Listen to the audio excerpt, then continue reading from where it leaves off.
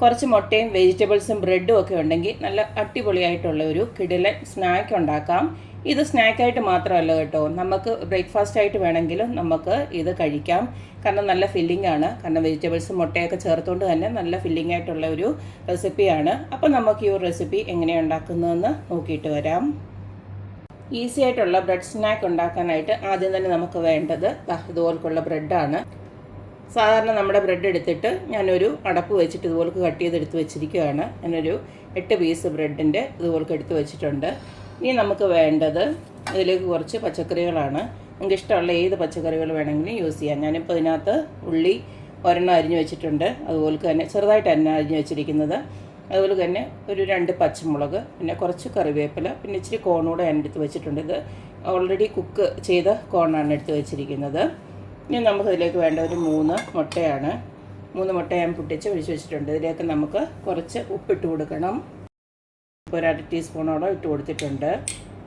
ഇനി ആദ്യം തന്നെ നമുക്ക് ഈ ഒരു എഗ്ഗ് ഒന്ന് ബീറ്റ് ചെയ്തെടുക്കാം. വെജിറ്റബിൾ കൂടുതൽ എടുക്കുകയാണെങ്കിൽ അതനുസരിച്ചിട്ട് മുട്ടയുടെ എണ്ണവും അതുപോലെ തന്നെ ബ്രെഡിൻ്റെ എണ്ണവും കൂട്ടണം. അതുപോലെ തന്നെ നിങ്ങൾക്ക് കുരുമുളക് പൊടി ആണ് താല്പര്യമെങ്കിൽ അത് വേണമെങ്കിലും ഇട്ട് കൊടുക്കാം. നമുക്ക് പച്ചമുളക് ഒഴിവാക്കാം. ഇനി നമ്മുടെ ഈ അരിഞ്ഞ് വെച്ചിരിക്കുന്ന വെജിറ്റബിൾസ് എല്ലാം ഇതിനകത്തോട്ട് ഇട്ട് കൊടുക്കാം.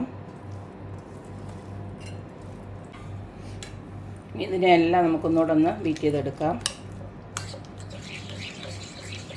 ഈ സമയം ഇതെല്ലാം കൂടെ മിക്സ് ചെയ്തതിന് ശേഷം ഉപ്പ് വേണമെങ്കിൽ നോക്കിയിട്ട് കുറച്ചും കൂടെ ഇട്ട് കൊടുക്കാം. ഇതെല്ലാം കൂടെ നന്നായിട്ട് അതിനെ മിക്സ് ചെയ്തെടുത്ത് വെച്ചിട്ടുണ്ട്. ഇനി ഇതിലേക്ക് നമുക്ക് കുറച്ച് ചില്ലി ഫ്ലേക്സ് കൂടെ വേണം. അതുകൂടെ ഞാൻ റെഡിയാക്കി വെച്ചിട്ടുണ്ട്. ഇത് ഞാൻ പൊടിച്ചെടുത്ത ചില്ലി ഫ്ലേക്സ് തന്നെയാണ്. നമ്മുടെ കാശ്മീരി മുളക് ജസ്റ്റ് ഒന്ന് ക്രഷ് ചെയ്തെടുത്തതേ ഉള്ളൂ. നിങ്ങൾക്ക് ചില്ലി ഫ്ലേക്സ് ആയിട്ടുണ്ടെങ്കിൽ അതിട്ടാലും മതി.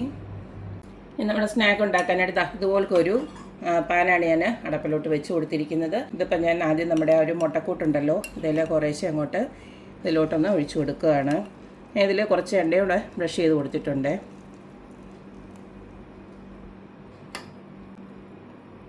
ഒരു ലെയർ ഇതുപോലൊക്കെ ഒന്ന് വെച്ച് കൊടുക്കുക. അതിൻ്റെ മേലെ നമ്മുടെ ഈ ബ്രെഡ് ഒന്ന് വെച്ച് കൊടുക്കുക.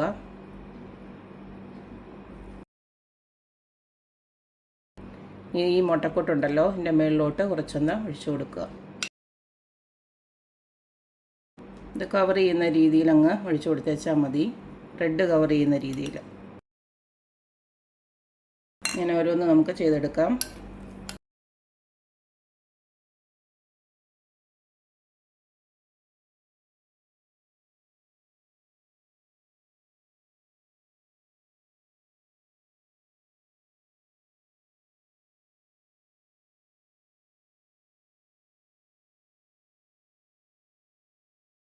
ഇതിൻ്റെ മേലെ നമുക്ക് കുറച്ചൊരു ചില്ലി ഫ്ലേക്സ് ഒന്ന് വെച്ച് കൊടുക്കാം.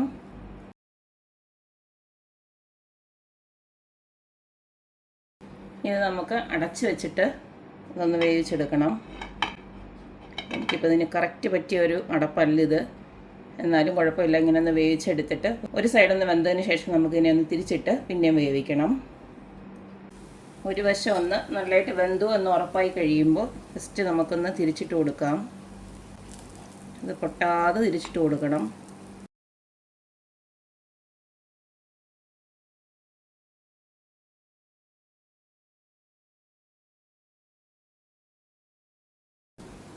അപ്പോൾ ഇതുപോലൊക്കെ 2 വശവും നന്നായിട്ട് മൊരിച്ച് ഇതുപോലൊക്കെ എടുത്തതിന് ശേഷം നമുക്ക് ഇതിനകത്തുനിന്ന് ഓരോന്നിനെ ഇങ്ങനെ കോരി മാറ്റാം.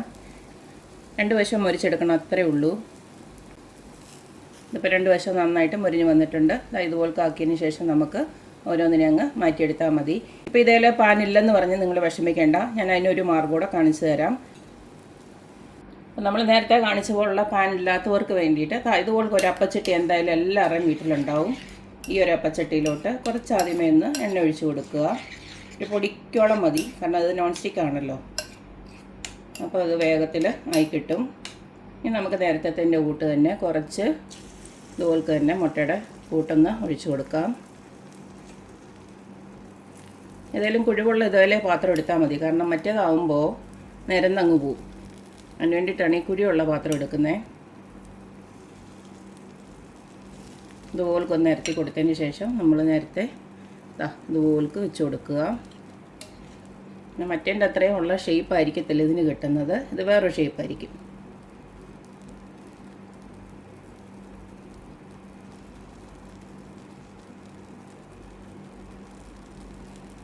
ഇതെല്ലാം ചെയ്യുമ്പോഴും ചെറിയ തീയിൽ വെച്ചിട്ട് വേണം ചെയ്യാനായിട്ട്.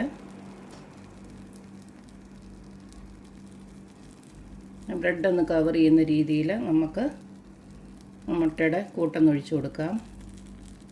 അതിൻ്റെ മേലെ മുമ്പേ നമ്മൾ ചെയ്ത പോലെ തന്നെ കുറച്ച് ചില്ലി ഫ്ലേക്സ്, അത് ഓപ്ഷനിലാണ്, വേണമെങ്കിൽ മതി. ഇനി നമുക്കത് അടച്ച് വെച്ചിട്ട് 2 സൈഡും ഒന്ന് മുരിച്ചെടുക്കാം. ഒരു വശം മുരിഞ്ഞ് കഴിയുമ്പോൾ നമുക്ക് നേരത്തെ കൂട്ടൊന്ന് തിരിച്ചിട്ട് കൊടുക്കാം.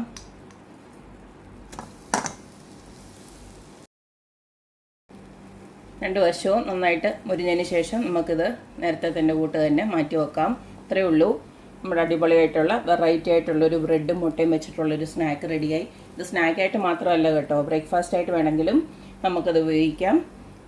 കാരണം പച്ചക്കറി ഒന്നും കഴിക്കാത്ത കുട്ടികൾക്ക് ഇതുപോലൊക്കെ ഒന്ന് ആക്കി കൊടുത്തു കഴിഞ്ഞാൽ, സാധാരണ നമ്മൾ ബ്രെഡും മുട്ടയും സെപ്പറേറ്റ് അല്ല ഉണ്ടാക്കുന്നത്, ഇതിങ്ങനെ കൊടുക്കുന്നുണ്ടേ വയറെന്നറിയും, പിന്നെ വെജിറ്റബിൾസ് എല്ലാം കഴിച്ചോളുകയും ചെയ്യും. അപ്പോൾ നല്ലൊരു ഈസി മെത്തേഡാണ്. അപ്പോൾ എന്തായാലും എല്ലാവരും ഇതൊന്ന് ട്രൈ ചെയ്ത് നോക്കുക, അഭിപ്രായങ്ങൾ അറിയിക്കുക.